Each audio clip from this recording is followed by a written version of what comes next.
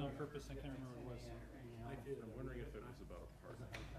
You did something on the front of it. Mutual friend. But no, Good morning.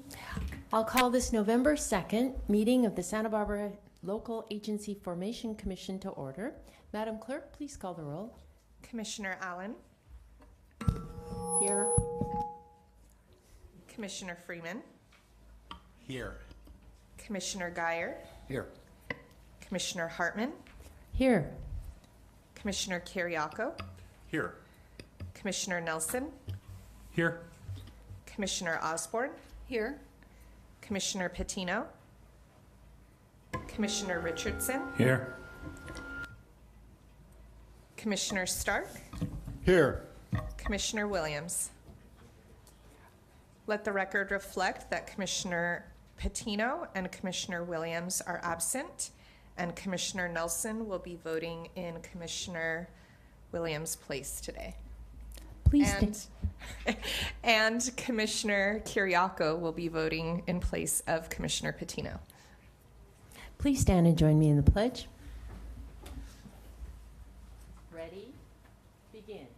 I pledge allegiance to the flag of the United States of America and to the republic for which it stands, one nation, under God, indivisible, with liberty and justice for all. Next item is approval of the October 5th, 2023 minutes. Are there any, let the record reflect that Mayor Patino arrived. And the minutes of October 5th. Okay, Commissioner Geyer moved approval. May I have a second? I'll second. Commissioner Stark seconded. Madam Clerk. Commissioner Freeman, Aye. Commissioner Geyer, Commissioner Osborne, Commissioner Nelson, Aye. Commissioner Patino, Aye. Commissioner Stark, Aye. Chair Hartman. Aye. Motion passes. And now is the time for public comment on matters that are not on today's agenda. Madam Clerk, do we have anybody wishing to speak? Chair Hartman and members of the commission, we have no request to speak. All right, then next is the approval of the consent calendar. Are there any items any commissioner would like to pull? Seeing no lights, no comments, may I have a motion that we approve the consent calendar? So move. Commissioner Patino, a second? I'll second. All right, and I believe we don't have anybody remotely. Is that correct, Madam Clerk? That is correct. So we can just have a, so all those in favor, please say aye. Aye. Any opposed? Passed unanimously. The next item is business item number 1. Madam Clerk, would you read that into the record, please? Chair Hartman and members of the commission, business item number 1 is to receive an oral staff report and agendize for the December 14th, 2023 consideration of municipal service review for special districts that provide transportation, parking, street sweeping, beautification, lighting, transit, and airport services. Mr. Prater. Thank you. Good afternoon, Madam Chair and Commission. This is our third service review that we've prepared, covering all of those list of services that I'll conveniently just call transportation related. And what we're trying to accomplish here is release this particular draft review for the public comment and for commissioners to review it as well for at least a 30-day comment period, in which time we'll ask that we set a hearing in December at our December 14th meeting to be able to take up an action to approve the spheres that are necessary and adopt the service review plan itself. And before we get into specifics of anything, I always like to at least recognize all of the partnerships that make this possible. You know, to be able to write this over 600-page document, it really takes the agencies and their staffs. So everybody should, you know, go back and thank your staffs to help us write this. We couldn't do it on our own. We recognize that, and we have a good working relationship that we're building with each of these agencies to be able to lean on them for the specifics and the details that go into this type of report. Outside of that, we also lean on a number of county departments to help us facilitate data that drives the analysis that goes into these reports and prepare maps and things of that nature. So if they don't hear us say it every day to them, we like to acknowledge them at this point in time. When we do finally get to the final document that we can release to the public and everybody can see the work that we've been working on for a number of months now, we like to say thank you for that effort. In the report, we list a number of key findings and determinations that come out of the analysis of the report, so we can certainly are noted there. I'm not going to go into them specifically, but many of those determinations are what are required when you prepare a service review. So there's certain determinations you make for the service review, and then there's a separate set of determinations that you need to make when you amend a sphere of influence for any of these agencies. This particular service review covers 23 agencies, 12 of which we are going to recommend adoption of spheres of influence, because we will have wrapped up their services either from a prior service review that we've completed or they're a standalone service agency that got fit into one of the categories that this analysis is giving. With that said, 2 of the agencies within this 23 list, we are actually expanding their spheres of influence as a recommendation. And those 2 include the setting as CSD, to include the Janin Acres sort of west area that we did analysis on for the water sewer service review plan. Now that we've completed their street lighting component under this service review, we are now ready to adopt their sphere of influence, and we're piggybacking on the service reviews of both documents to amend that sphere. And the other one is the Santa Rita Hills CSD. We are amending to include a sphere for the MOA road, and they only provide road maintenance as a service. So they're the standalone agency that we won't be looking at them moving forward in additional service reviews. So we need to take this opportunity to amend their sphere for that purpose. With that said, I made a note of myself to kind of explain a little bit of a story of why I appreciate the Commission's indulgence in preparing these service reviews in this nature, and the benefits that I see that we get in doing that. And the story that I'd like to tell is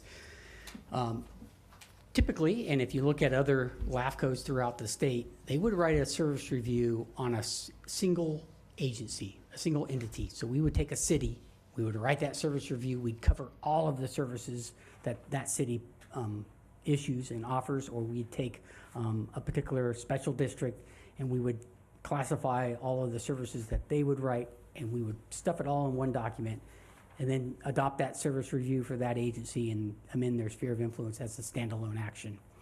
And that's fine. It's a lot of consuming time to do that, because now you have to write 60 some odd agencies that we fall under our purview. In this case, we look at them as a county-wide basis. We take all of the agencies that provide a particular service and we write about them. But what's beneficial to that is if we were to have chosen, let's say, the city of Santa Maria, for instance, 2 years ago when we embarked on this service review, we would have been done with the city of Santa Maria, and we would have said, see ya in hopefully 5 years, more like 8 to 10 years. And the city at that time, and still currently, is going through a general plan amendment process, and they're feathering out what kind of future growth opportunities are they looking at and contemplating. And so what benefits us at the LAFCO level and benefits the city is every year we're looking at the city's sphere. We are focused on certain aspects. It's transportation related services now. Last year it was water and wastewater. Next year will be recreation and parks and library services. But at any time while we're looking at these service reviews, we can open back up any topic that the city is looking at. And so if they come to, in this case, They came to LAFCO and said, we now have a study area in which we'd like to amend our sphere on our east side. They didn't have that information 2 years ago or last year.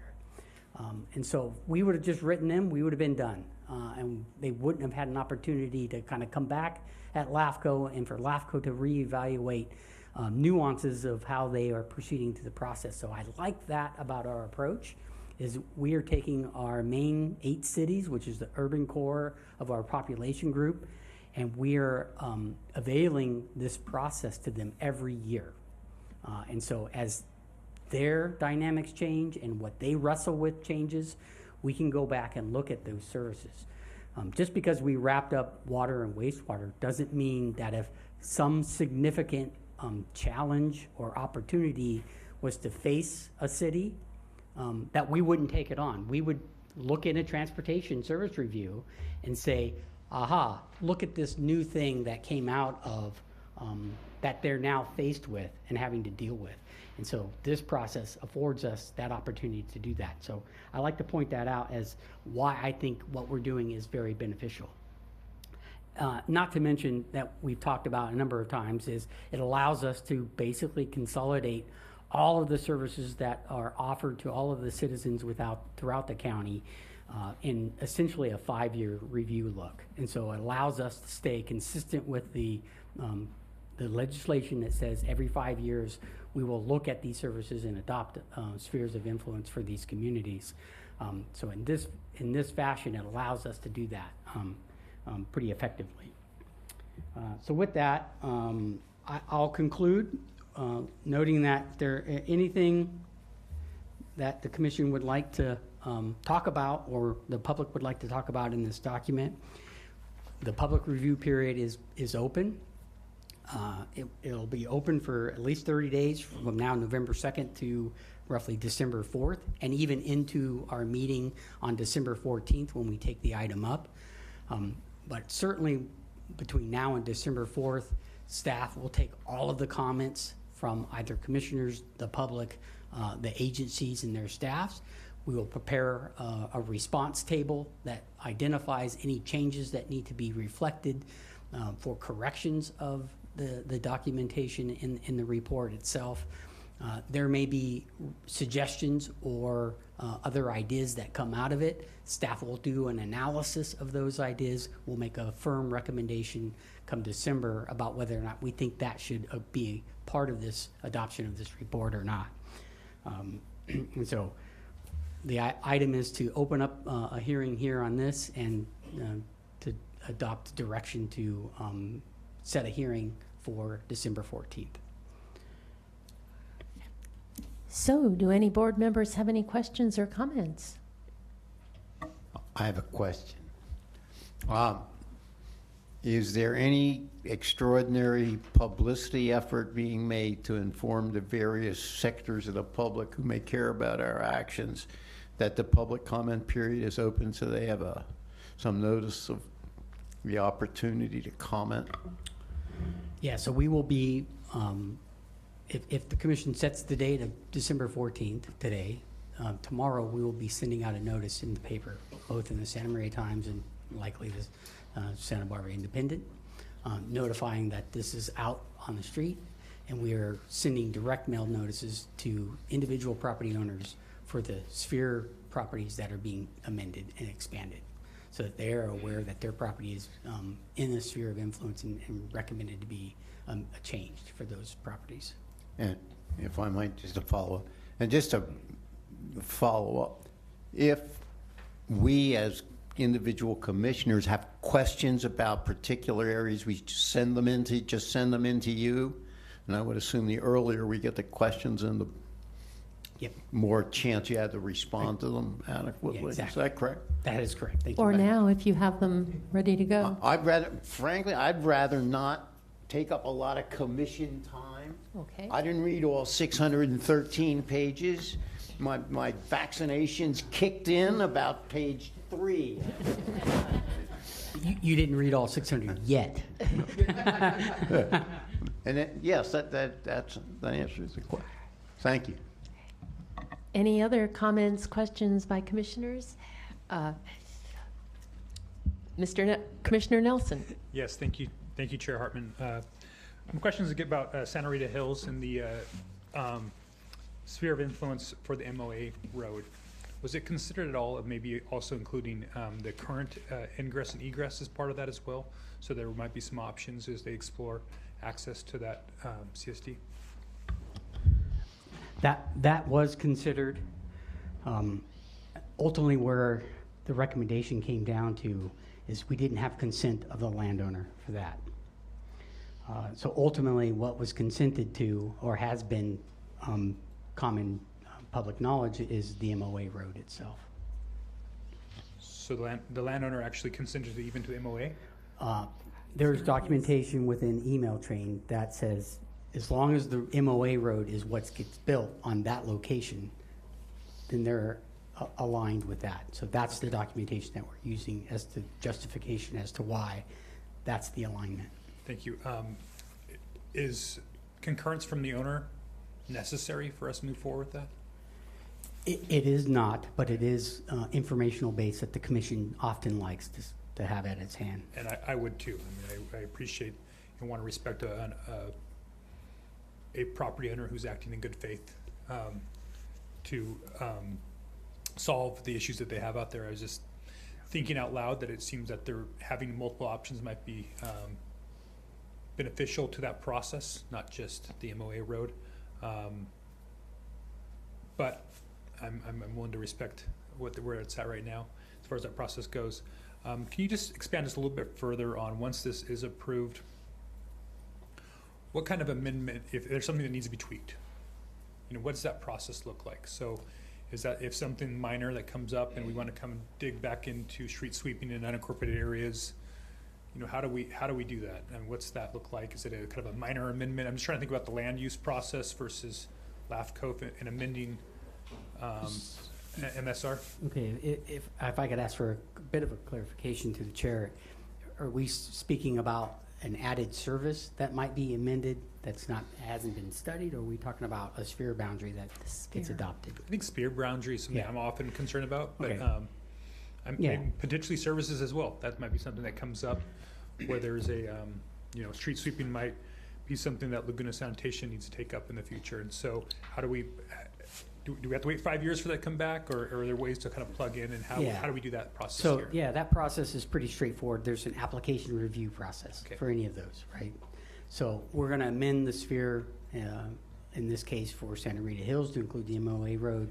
If there's future agreement between now and whenever that may occur, that the existing alignment is okay, there would need to be an application filed with the LAFCO office to amend the sphere in that location, Understood.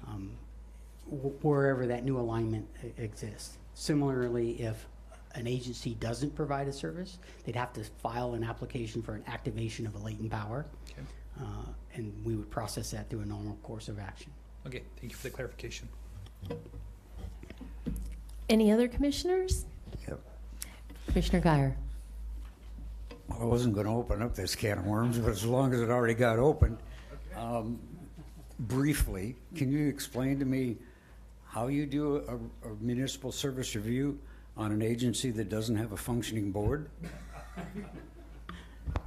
It is a challenge, Yeah, okay. to say the least. But we are obligated, whether it has a functioning board or not, to provide a service review that documents the challenges that they are facing. And in this case, Santa Rita Hills doesn't even have roads that they maintain. Like, nothing ever got built after their formation. So all of that documentation is in that service review plan. And if you'll note in some of those sections, it also kind of highlights either the district needs to in earnest get itself moving in the right direction to provide the services that it was intended to do, and if it cannot get itself moving in that direction, then LAFCO can initiate a dissolution of that district, and this is the documentation that supports that analysis. So if in the future we decide as a commission that you want to dissolve a particular district or modify any particular components about that district, you need a service review that kind of sets the tone for all of that. Yeah, my question was really prompted by the one public comment that we got about the finances of the district.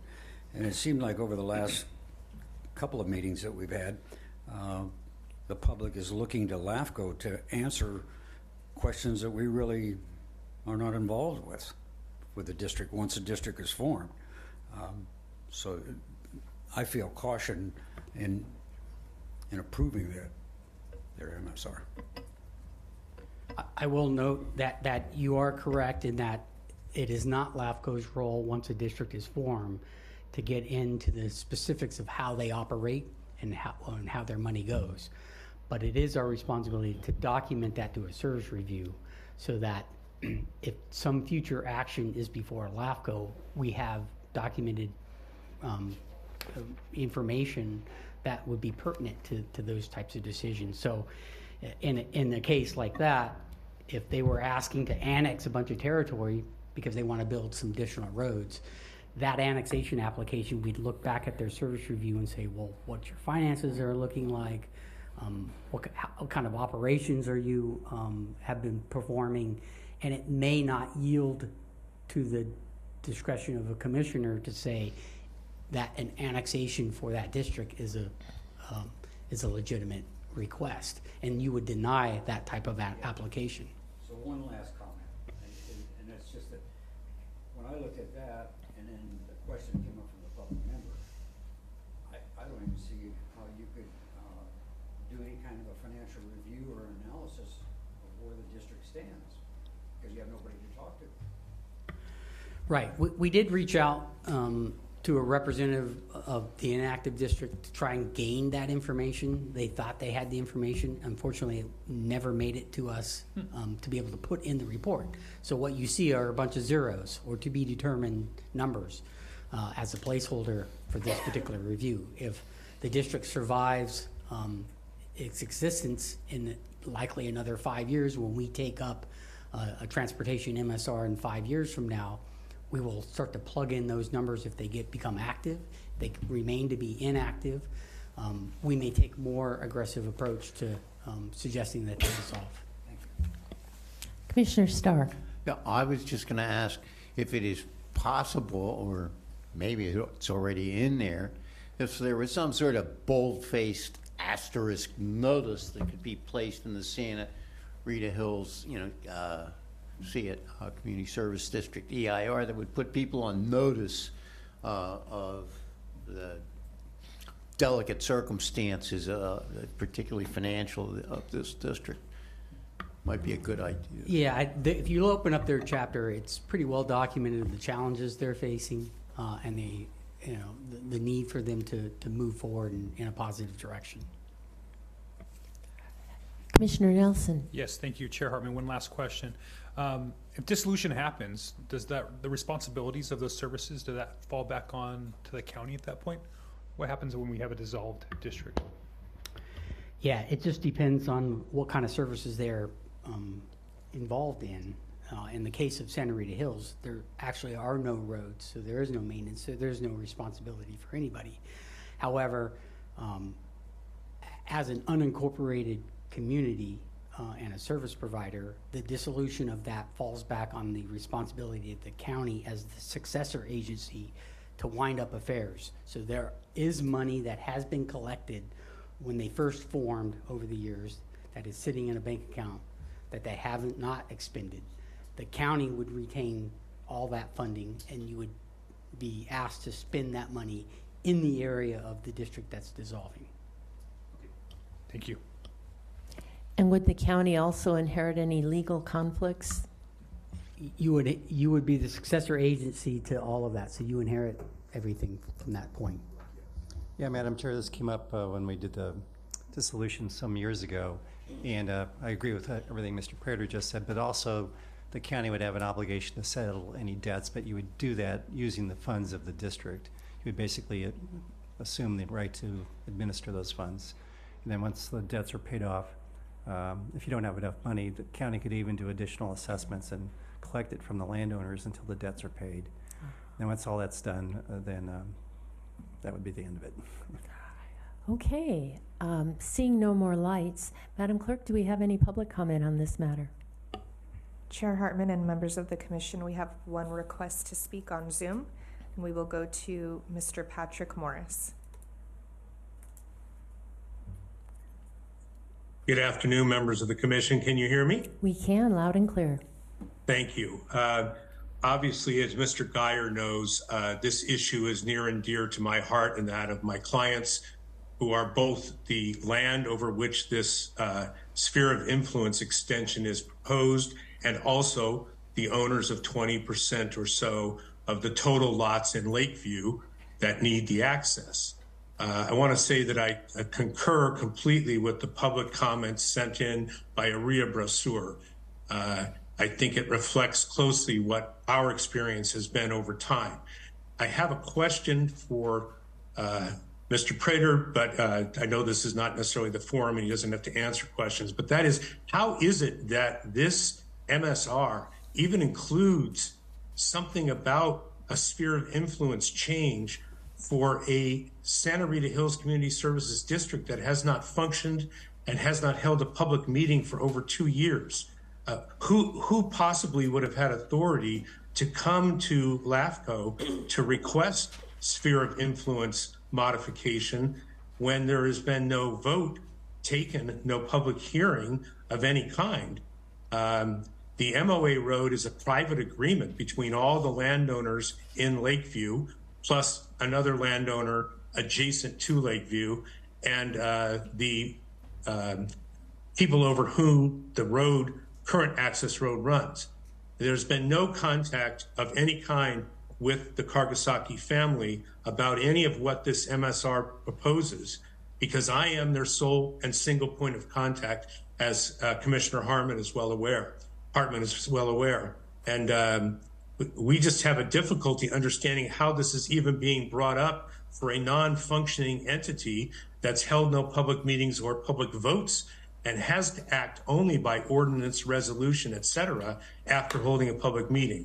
So I appreciate the fact that these questions are being raised by commissioners, and I suspect that we're going to have some discussion. And as the representative of the stakeholders, substantial stakeholders, I invite that conversation to take place as soon as possible.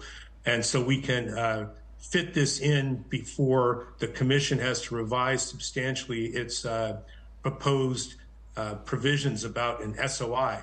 I would just direct the commissioners back to the formation documents, which the resolution of this commission expressly prohibited the Santa Rita Hills Community Services District from involvement in the access road issue and providing any services outside its boundaries. And until that's modified, it can't apply for a sphere of influence change, not to mention it doesn't have meetings. So I thank you for entertaining that portion of it. I'll be detailing more of this later in writing so that it can be reviewed by the people who put together this really complete and comprehensive document.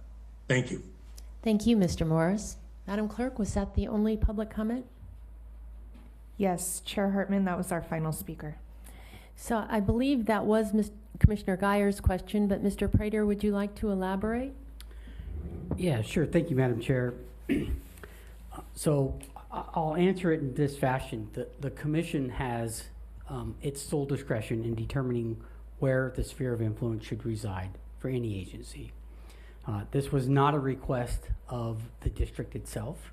It was not a request per se of even an individual property owner. This was something that was initiated based on the long history of that particular CSD and evidence within prior actions that the commission has taken regarding the district itself. And so, as the executive officer preparing the report, I made the decision as to whether or not the sphere of influence, the boundary, made sense as a recommendation to the commission. At the end of the day, the commission has the discretion to amend that sphere or not. And that discussion would happen on December 14th. Correct. Okay, Commissioner Freeman. I guess now I also have a follow-up on this based on all the discussions I've seen about Santa Rita Hills over the years. I'm curious if there was consideration put into the staff recommendation regarding the sphere of influence for putting in a zero sphere for this agency.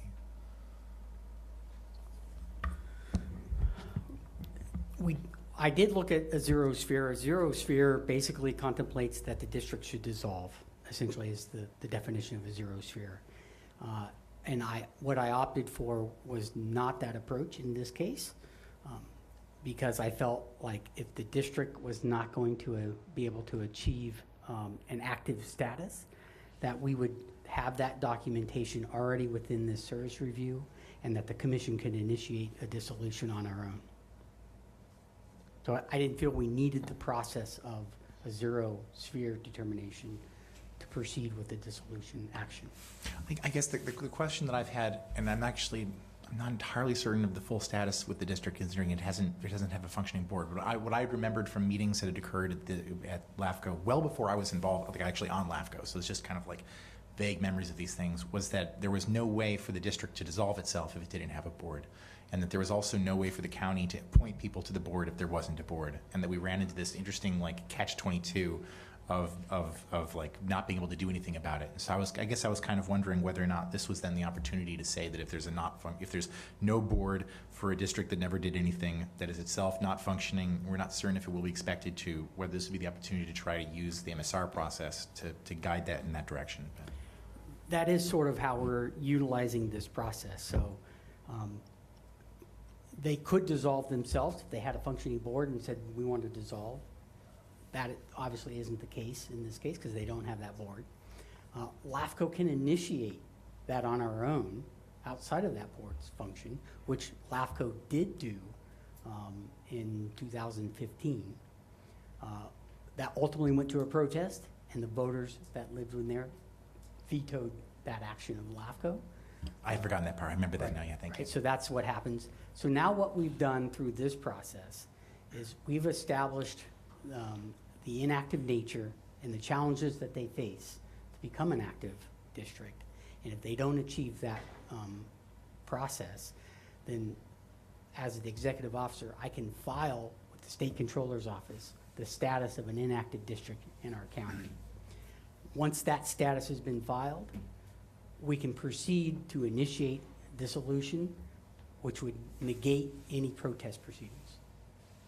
So the final decision after the commission makes that determination, once they're on the list of inactive districts from the state, they would just dissolve at that point. Okay. Thank you so much for the information. And thank you for that question. Commissioner Guyer. On the protest to it, I don't recall, is the protest open to the board or to the landowners, or both? It's open to the landowners and the registered voters. Commissioner Nelson. Yes, thank you, Chair Hartman. I think I heard from at least the person who declares himself the sole representative of the neighboring property that they weren't necessarily supportive of the MOA road. I got that gist there. So if that's the case, then I don't see why we wouldn't just include the other road as well, the other option. In part, because if it does lead to a dissolvement at a point in the future, at least it's already part of the district for when it does dissolve, the county might be able to, I'm getting cart before the horse here, but that might be a step that's already done in place. So when the county does look at this problem, and if there's a solution that can come from the county at that point, maybe it's helpful to have both those options on the table as they wrestle with a solution in the future instead of having to go and do an assessment on an area that's outside their district. As I indicated, the commission has full discretion to decide where you'd want to put the sphere of influence. So if you want to expand the width of that to also include the existing alignment, you can certainly do that. And for my colleagues on the commission, the only reason why I'm suggesting that is maybe to set it up better for dissolution in the future. If that's the case, that might present some options for the successor agency that might not be on the table if we don't do that. I don't know the legalities of that. I'd have to talk to staff offline to figure that out, but that was the reason for the suggestion. So I guess that's something we can all think about and consider on December 14th. Is that all right? So I think we've discussed this, so I need a motion to set the hearing for December 14th, 2023. I was going to ask if we were going to decide all this on December 14th. I'd be happy to make a motion to set the hearing for December 14th, at which I'm gathering we'll resolve what we're going to do one way or the other about Santa Rita Hills, as well as any other issues that come up. And second by Commissioner Guyer. All in favor say aye. Aye. Any opposed? Passes unanimously. Madam Clerk, information item number 1. Chair Hartman and members of the commission, information item number 1 is to receive and file a report on pending commissioner elections and appointments. Mr. Prater. Okay, thank you, Madam Chair. Commissioners, so we have a number of seats that may be coming due here for our turnover on March 1st of 2024. And in order to get that process started, 2 seats on special district member seats are up that are currently reside and are held by our Commissioner Guyer and Commissioner Allen as the alternate. So a regular member seat and an alternate member seat is up and due. Yesterday I filed with the special districts community and group their opportunity to nominate individuals for that seat and go through a mailed ballot process that was established the last go around. And so that notice has been sent out. The nomination forms are due on January 4th for any interested candidates. Once we receive those candidates list, we'll prepare a ballot. That ballot will then go out, and a minimum 30-day period will reside until we receive the number of votes that are necessary to meet a quorum for that decision. In addition to the 2 special district member seats, we have 2 city seats that are also coming due in the same time period. And that runs a different process, but I have filed with the clerk of the board's office the need for a notice and agendized item to fill the vacancies of those upcoming seats. And those seats are held by our Commissioner Osborne and Commissioner Kiriako as the alternate. So again, another regular member and an alternate member on the city's selection committee.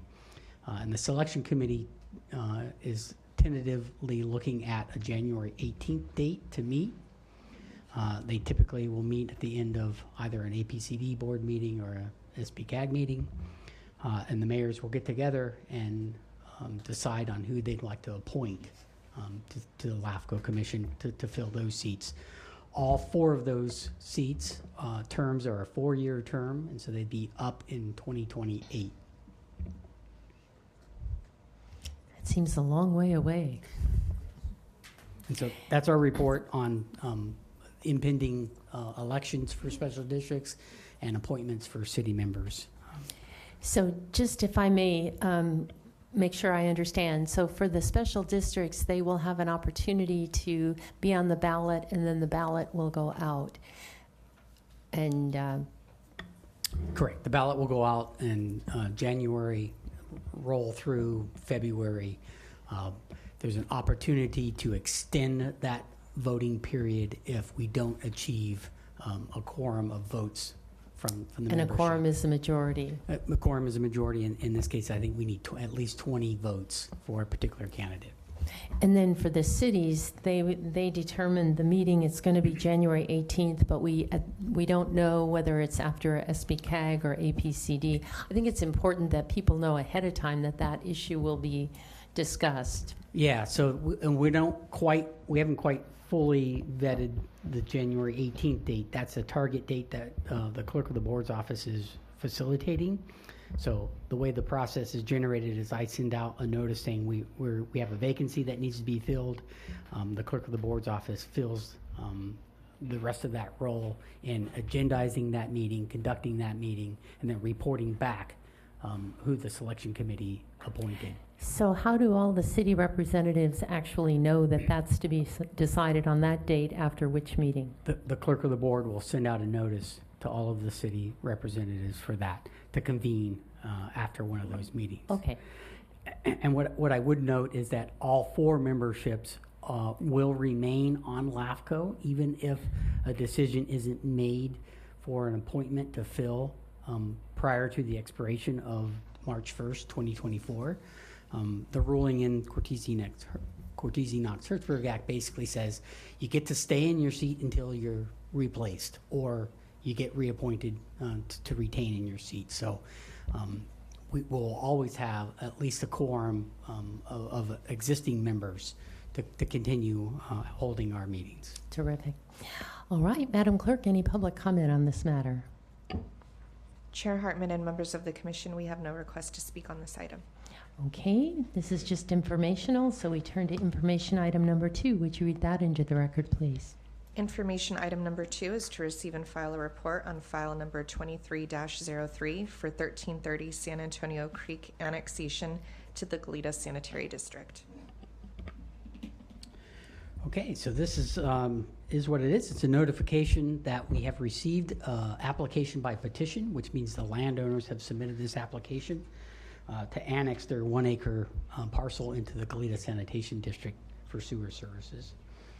And so this starts the application process in which we notify the district with this being placed on our agenda. And the district has 60 days to provide comment letter, and the application is moving forward through the process. So we completed that announcement. Okay, Madam Clerk, any public comment? Chair Hartman and members of the commission, we have no request to speak on this item. All right, next closed session. Madam Clerk, will you read that into the record? Chair Hartman and members of the commission, we are agendized today for 2 closed session items. The first item is Public Employee Performance Review, Government Code Section 54957B1, title LAFCO Executive Officer Mike Prater.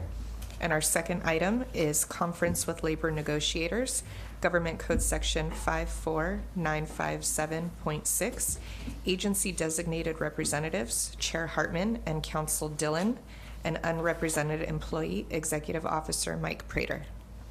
So we have no other items on our agenda when we come back, but we'll probably be back within a half hour, I would imagine. Mr. Dillon, I think that's... Madam Chair, I have like a 1-minute report from the conference under, commissioner reports. I don't care when we do that. Sure. I think the executive officer's report is after, so that is an important substantive item that we will return to. Fair enough. Thank you.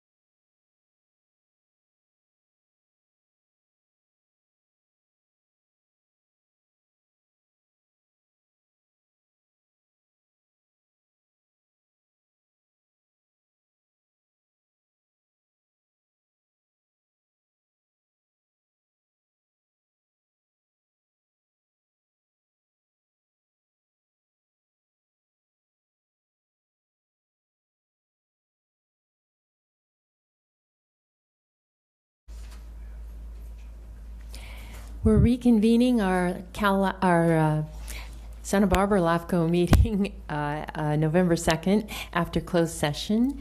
And Mr. Dillon, will you report out? Thank you, Madam Chair. The Commission took no action in closed session that requires a report. Thank you. All right, and now Commissioner announcements. Why don't we go first to our Executive Officer, and then we'll go back to Commissioner announcements. Perfect. I have two announcements to make. One is LAFCO is part of the county payroll processing, or not payroll, but bill paying processing, which typically uses the FIN system. And the county has transitioned to Workday, and so we're all in training learning Workday.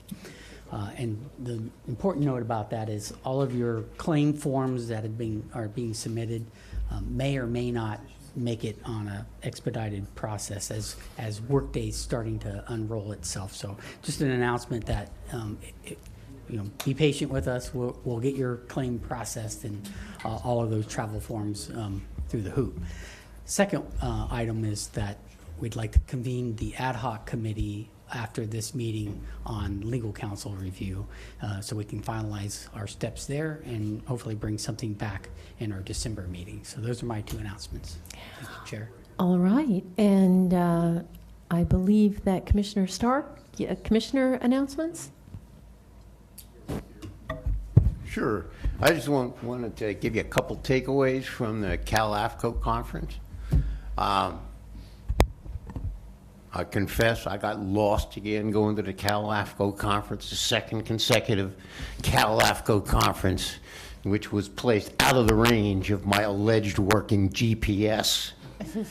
The less said about the better. There are 4 basic points.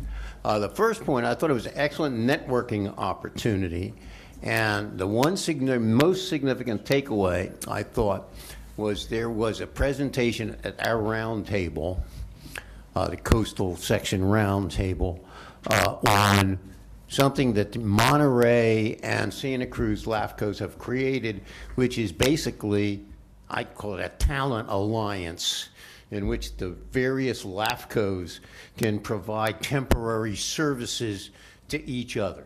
And there's no obligations. I don't see any downside to it. But if, for example, this would work both virtually and in person, if you're close enough, if we wanted to have an extra workshop and have it facilitated virtually, they could do that, and then we wouldn't have to hire a consultant. Might result in their saving some money and respond to short-term workloads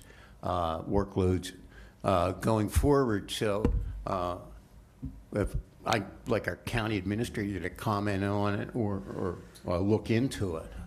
Certainly, I will make a couple of comments to that effect. Yeah, so it's between Marin LAFCO and Santa Cruz LAFCO. They have an agreement that they've kind of polished off to allow them to equally exchange their staff resources.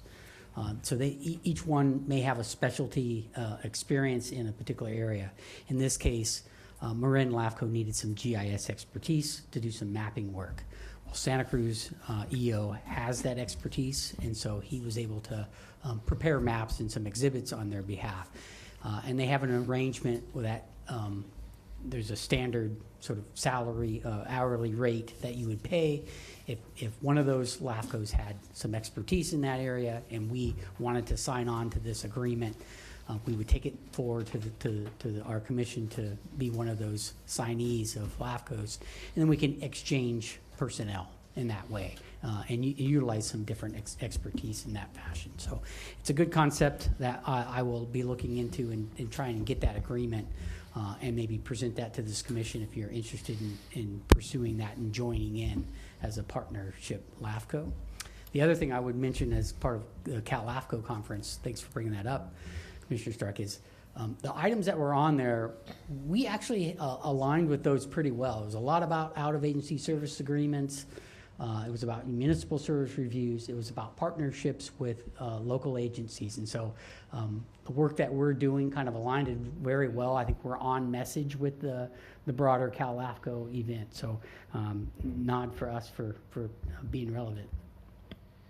And you had 4 points? No PowerPoints. And that would, not myself personally, no PowerPoints. No, I thought you said you had 4 points Oh, from 4 the LAFCO. points. Forgive me. Yeah, the other 3 are actually fairly quick. The second point I'd like to make is I had a short conversation with Mike, which raised an interesting issue about whether our LAFCO should make a conscious policy decision about whether we wanted to be primarily reactive or engage in a more proactive thing. And it seemed to me, yeah, that I can see pretty good arguments on both sides, and it might be something we want to consider as a commission in the future. The third thing I'll be real short about, I had some fairly significant conversations about legal counsel. The most interesting takeaway I can think is I reinforce my conclusion that the most important thing is the quality of the individual and not necessarily the firm or the office that the individual is from. We need to look real carefully at the person who's doing that, and talk more about that with the subcommittee. And the last thing, I'll tell you this, I managed to lose the election in a landslide. Oh, no. I lost yesterday, a landslide, 7-6 vote. 7-6 vote. And I thought about this. I don't have to drive to Sacramento, and that's a good thing.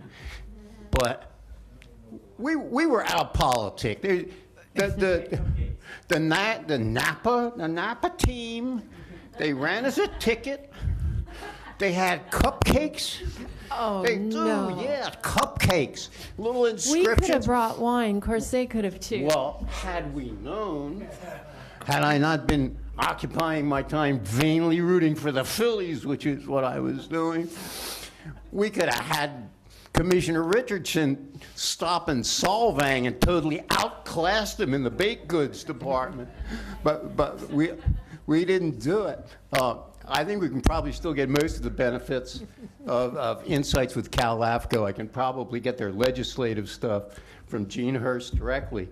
In any event, we gave it a shot, but the cupcakes were insurmountable. I just want to comment that Shane has now understood what it's like to be a politician and lose an election. Oh. This is true.